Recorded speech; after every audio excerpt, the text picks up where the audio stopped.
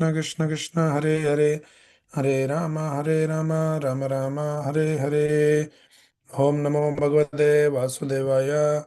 Om Namo Bhagavate Vasudevaya. Om Namo Bhagavate Vasudevaya. We are reading from Srimad Bhagavad Gita as it is, chapter 13, text number 15.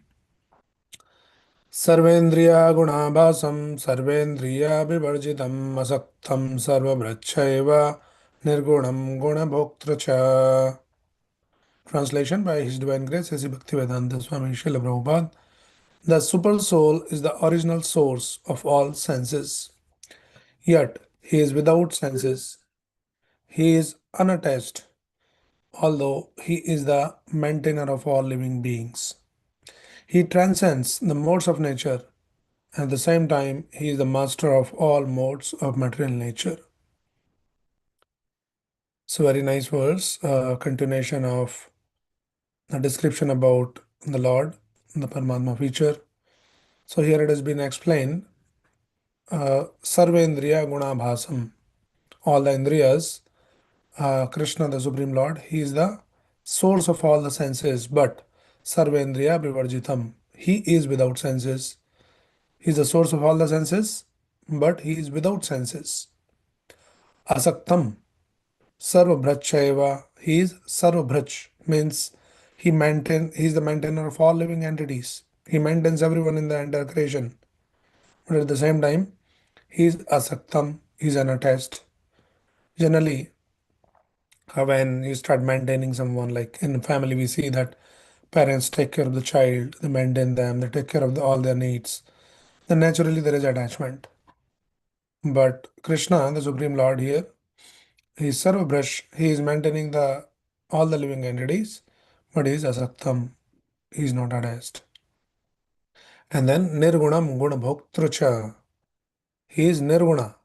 He is the Gunabhoktra. Gunabhoktra means he is the master of all the gunas, the master of all the modes of material nature, but he is Nirguna.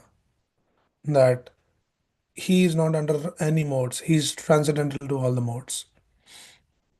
So this verse explains various contradictions here. That he is the source of all the senses, but he does not have any sense. He is maintaining everyone, but he is not attached to anyone. He is the source of all the modes, but he is beyond the modes. So all these contradictions can be reconciled in Krishna. And that is why Krishna is the Supreme Personality of Godhead. And then in the Supreme Lord, everything is possible. All these contradictions are possible. Right? So Prabhupada explains here, the Supreme Lord, although the source of all the senses of all the living entities, does not have material senses like they have. So that is why we have to hear the explanation from the Acharyas. Otherwise, we may misunderstand that he is the source of all the senses, but he does not have any sense. And we see that impersonalists, they generally pick such verses from Bhagavad Gita, from Upanishads, which sounds like some impersonal description of the Supreme Lord. The Lord does not have any form. He is impersonal. He is not a person. So here the word is used that he is nirgunam. He does not have any gun, any qualities. Nirguna means without any qualities, means he is impersonal. A person always has the qualities, but Lord is explained as nirguna. He does not have any quality. So we need to understand carefully from the scriptures what it really means when it is said nirguna, and then he is without the senses. The description in the scriptures in the Upanishad it says Apanipado Jabano Grahita Pashyati Achakshasa Sashanoti Akarnaha Saveti Vedyam Nachatashyati Vetha Tamahuragyam Purusham Mahantam. So when these impersonalists, when they read these verses, they become very convinced that Krishna or the Supreme Lord is not a person. He is just some light. He is impersonal. So this verse explains Apani Bhadav Javano Grahida. Lord does not have the Pani. Pani means the hands, and he does not have the legs. Pashyati Achakshusa. He Chakshu means the eyes, but he does not have any eyes. But still he sees. Sashanoti Karnaha. He does not have any karna. any ears, but he listens everyone. So these kind of descriptions, confuses the people. But here we can understand that Lord is transcendental. Everything about Lord is transcendental. His senses are transcendental. So when it is said that he does not have any senses, meaning he does not have the senses like all of us we have. Our senses are limited, but Lord's senses are not limited. They are unlimited. They are transcendental. They are not matter. It is all transcendental. Meaning, we have the limitations to our senses. Like, see, with my eyes I can see, with my ear I can hear, but I cannot eat with my eyes. But Lord is unlimited. Lord is transcendental. He can do anything. Angani yasya sagalendriya vrittimanti pashyanti manti kalyanti chiram jaganti ananda chinmaya sadojjvala vigrahasya govindamadi purusham tamaham bhajami. So it has been explained in Brahma Samhita. Angani yasya sakalendriya. All the anga, all the bodily limbs, all the senses of Krishna can perform the act of any other sense. Meaning, with eyes he can eat, with the ears he can see. So Krishna can do that. His senses are not limited, are not made out of matter, they're transcendental. So this is the understanding when it is said that Lord is Sarvendriya Vivarjitam. He does not have any senses, meaning he does not have the senses like we have in this world. His senses are transcendental, but it is not easy to understand. You know that foolish people can never understand. Krishna says in Bhagavad Gita, Avajananti mam muda manushim tanumashritam param bhavam ajananto mama bhuta maheshwaram. So muda, the foolish people, avajananti, they never understand me. They cannot. They think manushim tanumashritam, that I am also an ordinary human being. Manushim. They consider me as manusha, an ordinary human being. Param bhavam ajananto. They does not know my superior nature, my transcendental nature. So it's not easy. Unless we hear from a bona fide spiritual master in the Guru Sishya Parampara, then only we start to understand the true meaning of all these kind of descriptions. The Lord is Sarvendriya Vivarjitam, he does not have any senses, he is Nirgunam, he does not have any qualities. But Lord has many, many qualities. But all his qualities are transcendental qualities. In fact, the Lord is the ocean of qualities. Gunanavasya. He is full of gunas, full of qualities. But here it is said nirguna. So it means he does not have the qualities like all of us. One example you can think, like a fish can live in the water, but we cannot live in the water. Maybe for some time we can live, but not like forever. Similarly, we can understand through this example that the fish has certain kind of a senses, some kind of a bodily structure, which allows the fish to be in the water all the time, but humans cannot. In the same way, Krishna has the transcendental senses. He can do anything by his senses. He can exhibit any qualities, but we cannot. In fact, Prabhupada writes here in the purport that the living entity also have the spiritual senses, but we are covered, we are contaminated by this material association. So Lord's senses, Lord's qualities are all transcendental. So all these contradictions can be understood. Many, many such descriptions are there. Uh, like in the Ishopanishad, this verse says, Tadejati tanne jati, tadore tadvantike, tad andar asya sarvasya, tadyu sarvasya shabhayata. Now this verse might sound very contradictory and very confusing. Tadejati tanne jati, tadure tadantike. So it says the Supreme Lord walks and he does not walk. He is far away, tadure, he is far away, but he is very near. Tadantike. Tad antar asya sarvasya. He is antar, he is within everything, but he is outside of everything. So how do we understand all this? So we need to very carefully understand that what it means that Lord walks, he does not walk. He is far, he is close, he is inside, he is outside. People get confused. They tell one thing. He is far or he is close. He is inside or he is outside. He walks or he doesn't walk. So it sounds like very illogical, right? So we have to carefully understand here that it is not illogical.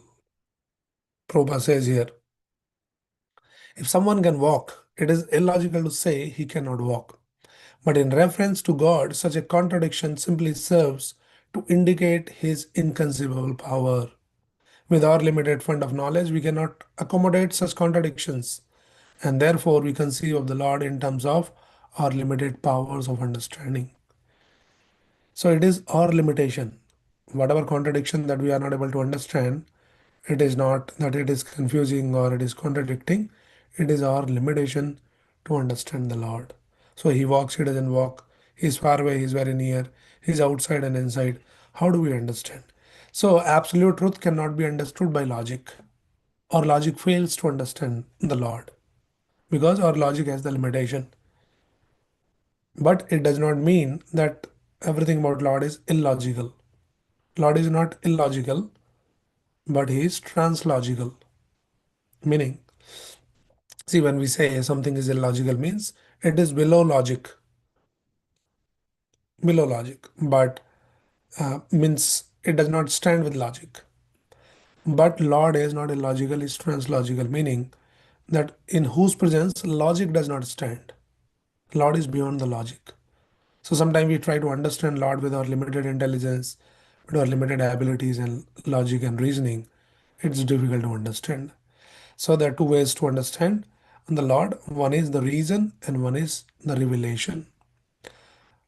Reason helps. It is like a dim light, like a moonlight. So in the darkness you cannot see anything. But when you see little dim light, maybe moonlight, then something is visible, at least something you will understand. But it is not the best. Best is the sunlight. When the sunlight comes, then everything becomes so visibly clear. You can see everything, right? So in the same way, uh, to understand the Lord with the regions, it has its own limitations. That you want to explain everything about Lord by your reasons, but our reasons have the limitations. That is why how to understand the Lord, not through reasons all the time. Reasons may help a little bit, but Lord is understood through revelation. So this is explained in the scriptures as ascending process and descending process. Reasons are like ascending process. We try to find the reasons for everything, why this, why that, and then you try to explain, this phenomena is happening. So what is the reason for this? Maybe someone called God is doing all this. But then there can be uh, the reasons to refute or contradict the presence of the Lord. You know, so reasons can be used in either way to explain or to prove the presence of the Lord, and reasons can be used by atheistic people to prove that there's no God. They will bring those kind of reasons. So reasons has its own limitations. It's not a perfect way to understand the Lord. This is ascending process. You try to find the reasons, but then descending process is revelation. It will be revealed when we start to follow a certain process which has been given by the Lord in the scriptures, and then we'll see that Divya Gyan Hriday Prakashito, that will become our uh, uh, experience. If you can experience that, you can feel that connection with the Lord. So this is the way to understand the Lord, not by your limited logic and reasoning. Doesn't mean it is illogical, it is translogical.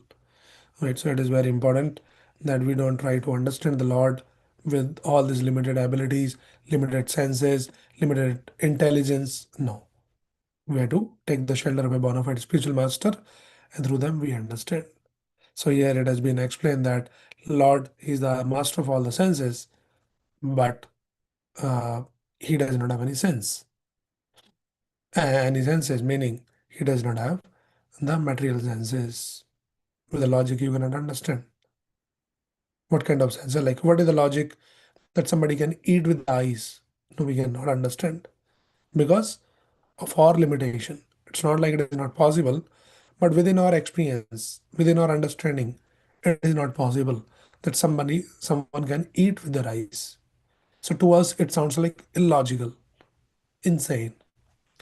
But the revelation, the revealed scriptures, when we read and we have the faith, and then we understand, yes, it works. So logic is like a torchlight. Torchlight is useful to see a little bit when, say, you are walking in the darkness. So you turn the torchlight on and then you can see the path. But if you want to see the torchlight in the dark, then where is the sun? Let me just put the torchlight up in the sky and let me find where is the sun. Not possible. So Krishna is like that sun.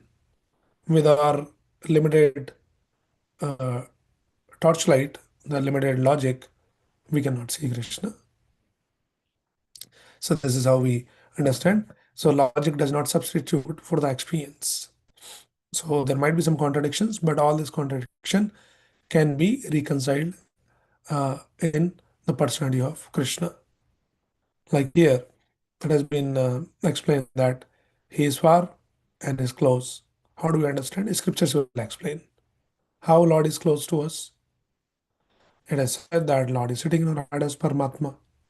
Sarvasya Chaham Hriday Sannivisto. So Lord is so close to us, even our near and dear ones, people around us, our family members, they are not that close. Lord is even closer. He's sitting inside our heart. So he's close, but at the same time, scriptures explain, Pantastu koti satavatsarasam pragamyo. Lord is far, far off, very, very far. So then, how do we understand he's close or it is far? Yes, he is very close to the devotees, those who follow his instruction. For them, he is very easily accessible, easily reachable, very close to them. But those who are atheistic, doesn't believe in God, for them, he is beyond their reach. So this is how we understand that Lord is close and Lord is far. And then this verse explains that, Supreme, Tade Jati Tanne Jati. He walks and he does not walk. What it means? He does not walk. Walking means that he can go anywhere. He can reach anywhere. Somebody is walking. He is capable of reaching anywhere by walking. So he is explained that Lord is all pervading as Brahman. He is pervaded in the entire creation, in the entire universe as Brahman. But he does not walk. Apani bhado javanong. He doesn't walk like us with his legs, like we walk with our legs. Lord does not, he need not to walk with his legs, but still he can reach anywhere and everywhere. So, like that, we understand all this. Uh, and then, as we are saying that Lord is not made out of some matter. In fact, Lord is transcendental personality, and Lord's form is transcendental. In fact, the Lord's Archa Vigraha, the deity form of the Lord, is also transcendental. It might look like it is made out of matter. Oh, this is marble statue, like many times people use the word statue. But we understand that we never use the word statue, we call it deity. He is the person. Lord is standing there. To our senses, it might look like, he is some marble or some stone, black stone, or some metal or some wood and something like that. But we understand from the scriptures that yes, Lord can take that form of some marble or some metal and something, but he can turn the matter into spirit. That is Lord's expertise. Prabhupada uses this example like an expert electrician. He can manipulate because he's expert. He knows how to use. He can manipulate the electrical energy in either way. He can turn that into heat and he can turn also into the cold. So similarly, Lord can turn matter into spirit and spirit into matter. So this deity form in the temple we worship, many times people say this is idol worship, like the iconoclast, they say idol worship. No, it is not idol worship. This is personal worship to the Lord. Lord comes in the form of Archa Vigraha. Right. We understand from the scriptures. So Lord is right there in the form of Archa Vigraha, and he is not limited by that matter. He is not limited by that marble. God is unlimited, you know. But he decides to appears in our limited visible way. because we cannot see the transcendental, the spiritual form of the Lord. So Lord says, okay, you can see the matter, I'll come in the form of the matter. You can see the marble, I'll come in the marble. You can see the metal, I will come in the metal. And then he comes in that metal and the marble and the wood, which looks like limited, but still Lord remains unlimited. This is Lord's inconceivable potency, that he can come into something which is limited, the small stone form or deity form, something, but still he remains unlimited. How to understand this? You can think of this example. A child tries to touch the head of an elephant. A small child, elephant is so tall, it is beyond the reach of the child. Touching the head of the elephant. No matter that how much it stretches, child is child. If he stretch himself to his limit, still he cannot reach and touch the head of an elephant. But there is a way how a child can touch the head of the elephant. If the elephant sits down by his own sweet will, and then easily child can touch. So in the same way, Lord is beyond our reach. His spiritual uh, form is beyond our reach. No matter that how much we try to stretch ourselves. But then when Lord decides and he sits down, he comes down, avatar. So there are various avatar, and one of such avatar is called Arch avatar. It's like elephant is sitting down, so that the child it comes within the reach of the child. Now we can very easily touch the Lord through the deity worship, right? So this is the understanding. So it is not matter. There's no contradiction that why you are worshipping matter and calling it spiritual. Lord can turn the matter into spirit by his inconceivable potency. And this is what is the deity incarnation. And also we need to understand this deity incarnation of the Lord is not to show his greatness, in terms of like some big form or something mystical and something extraordinary that deity should do. Then only we'll believe that it is spiritual. No, that is not the purpose of deity incarnation or Chavdar. But the purpose of deity incarnation is he comes to show his mercy and give the accessibility. So that's the purpose. Lord doesn't delight all the time in exhibiting his grandeur and majesty, but he delight in uh, giving his accessibility, that my devotee, like a small child, can touch me now in the deity form. You can worship, you can make some offering, you can dress the deities, and you can offer your prayers, you can talk to the deities, and then to the degree that we become more Krishna conscious, to that degree you can feel the reciprocation of the Lord. So this is the purpose of the deity form, which seems like matter, but it is not matter, it is spiritual. Right. So many times, people, they kind of, especially the atheistic people, and they kind of try to condemn the deity worship. They say, why this is statue worship or stone worship? It is not God. If he is God, then, why some flies are sitting? He can't even fly away the flies. He can't even move. He can't even talk. So what kind of God he is? He doesn't even talk. He doesn't even move. Can't do anything. Even somebody has to, if some fly is sitting, somebody has to come and help him to fly it away. How do we understand? It is very simple. As we said, deity is not to manifest his omnipotency, his grandeur. But deity is basically to show the mercy, give the accessibility, and give the opportunity to serve. So when a devotee he sees that this place is not clean, some flies are roaming around, then immediately the devotee has to think, "Oh, I have to maintain clean here." And this is an opportunity for the devotee to serve the deity. And through that seva, he receives the blessings. He build up that connection. And that is the purpose of the deity incarnation, Arch Avatar. So this is how we understand. Like, many times we hear some news, unfortunate news, but we hear that, some people, some envious people or some atheistic people, they burnt away the Bhagavad Gita book. So then many times people questions that, you worship Bhagavad Gita as like very holy book. But what is this? Anybody can even burn that. So what is so holy and what is, you said this is very powerful. Where is the power? But we have to carefully understand the power of Bhagavad Gita is not about becoming fireproof.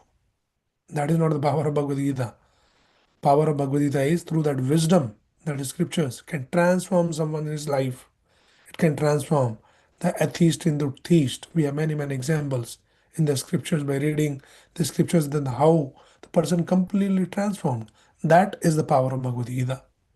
So we should not try to measure the potency or the omnipotency or the transcendental nature of the Lord with all this or limited, uh, you know, uh, ideas. The deity means if somebody comes, many times you hear that somebody stole away the deity only. So what kind of God it is? Some thief came and then they stole the God only. The God can't protect himself. How he'll protect you? So we should understand the deity form is not to show that omnipotency or omnisciency and like that.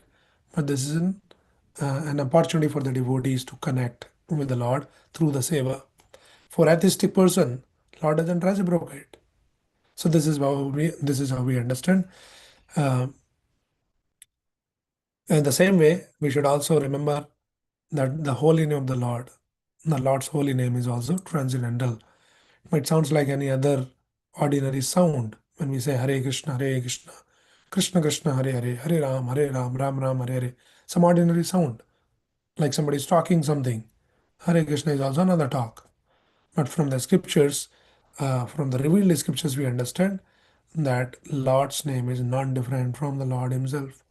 Nityam Nama Namano Nama Chintamani Krishna's Chaitanya Ras Vigraha Purna Shuddho Nitya Mukto Abhinatvam Nama Namino. Lord is not different. Very difficult to understand. Very difficult to fit in into our logic. Like how somebody can be not different from, like the name is not different from the person. Prabhupada gives the example like, in this world, when somebody is thirsty, when he starts chanting the name water, water, water, it doesn't quench the thirst. But when our heart is thirsty, longing for something substantial, and when we start chanting Krishna's name, that longing get quenched. So Lord's name is not different. We understand from the scriptures. Lord's form is unlimited. Lord's senses are transcendental. Lord's qualities are transcendental. So this is how Lord's form is transcendental. So Lord does not have the form, ordinary form. Like all of us, we have the form. With the time it decays, it vanishes. But Lord's form is transcendental. So this is the understanding. Lord is present everywhere. Taddure tadantike. He is very far, he is very close. He is everywhere, all pervading. When Hiranyakashipu asked Prahlad that where is your God? If you say he is everywhere, then he is there in this pillar. And Prahlad, very innocent child, but a great devotee of the Lord, with a great conviction, he said, yes, my Lord is there in the pillar. So then Lord came out from the pillar. He is pervaded everywhere.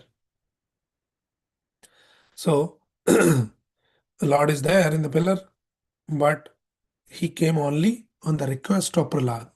A devotee can uh, make the Lord to appear from anywhere and everywhere, but not atheist. So when a devotee has the devotion, Lord is ready to even come out from the pillar. But if a atheistic person look at the deity and it doesn't believe, then Lord is not there in the deity also for him. So this is the transcendental nature of everything about Lord. What what seems and sounds like contradiction, the Lord is there in the deity or not? For a devotee, he is there. For a atheist, he is not there. So like that, we understand all these contradictions can be reconciled. So these are some thoughts on this verse. Anybody has any quick question or any comment? You can unmute yourself and ask the question if you have any.